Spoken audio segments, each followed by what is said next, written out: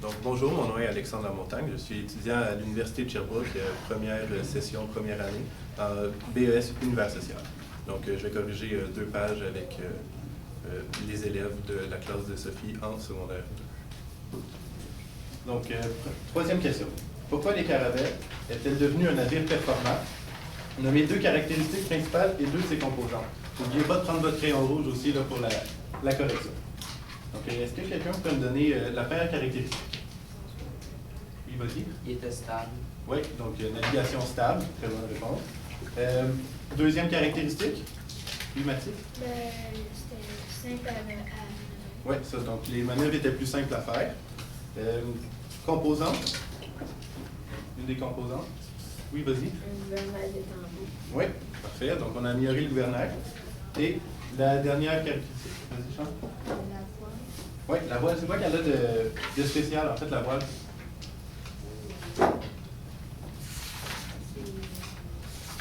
voile triangulaire. Oui, parfait. Et est-ce qu'elle a un autre nom, cette voile-là? Oui, vas-y. Oui, parfait.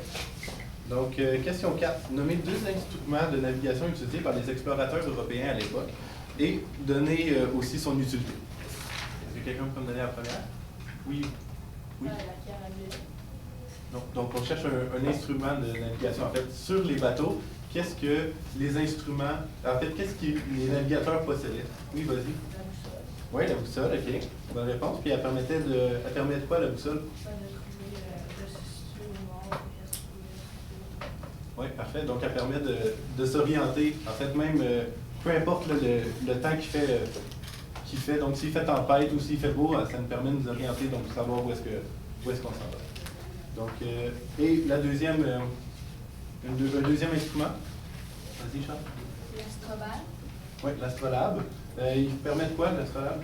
D'observer la position des navires par rapport aux étoiles. Oui, mais en fait, il permet de s'orienter en mer, OK, mais pas par rapport à les étoiles, il permet plus seulement de déterminer à quelle latitude on est. Donc, la latitude, c'est à quelle hauteur on est sur le globe terrestre. Donc, vous avez sûrement déjà vu un globe terrestre, ils ont des lignes dessus. Donc, et aussi, quand on parle du Canada, là, qui est au-dessus du 50e parallèle, là, donc, c'est ici sur la latitude.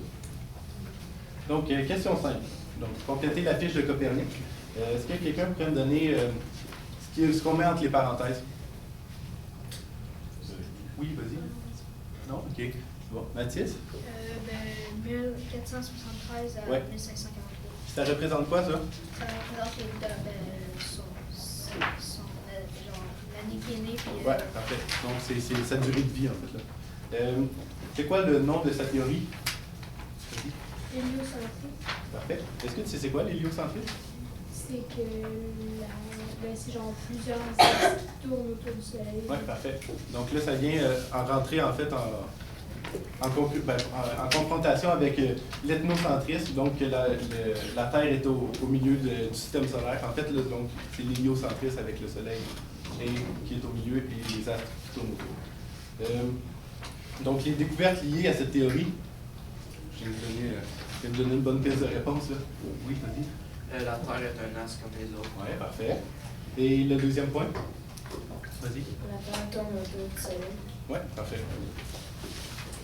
Donc, des noms de scientifiques qui appuient cette théorie. Vas-y, Charles. Galilée, Kepler, Newton. Oui, parfait. Et les conséquences de cette avancée scientifique sur la navigation?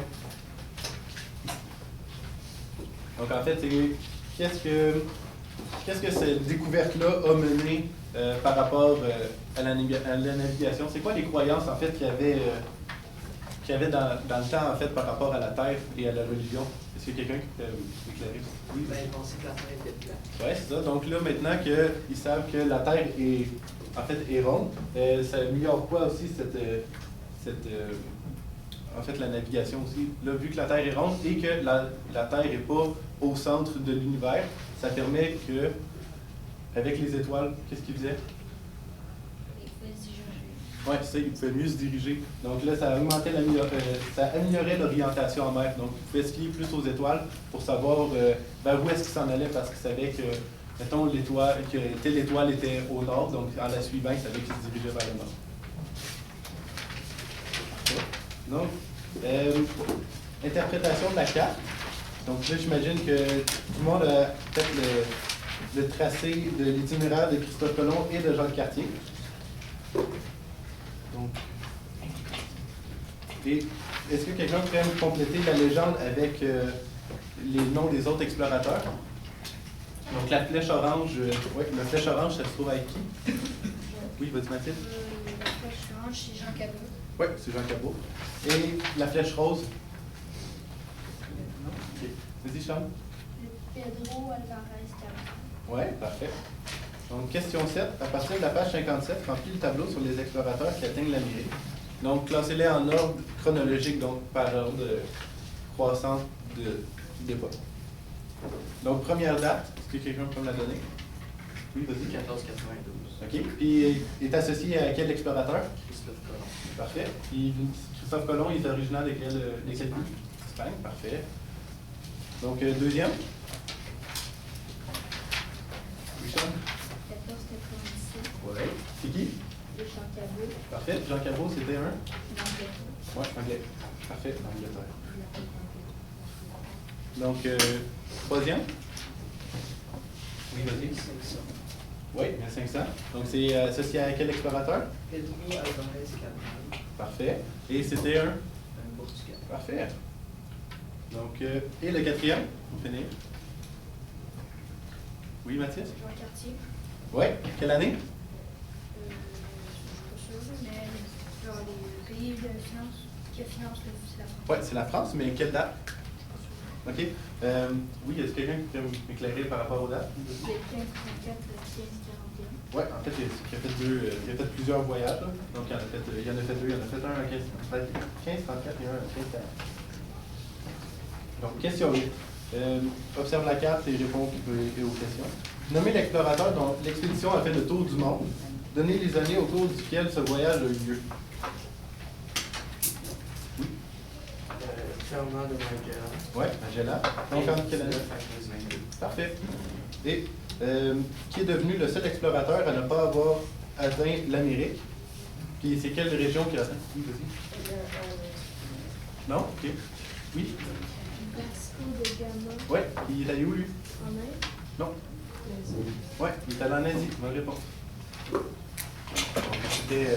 en fait, c'était ma correction là, pour les deux pages. Est-ce qu'il y en a qui ont des questions par rapport à des choses qu'ils ont plus ou moins compris dans la lecture ou dans les questions? Est-ce que vous voulez que je retourne sur des questions qui ont été moins bien comprises ou pas complétées parce que c'était trop rapide ou quoi que ce soit? Okay.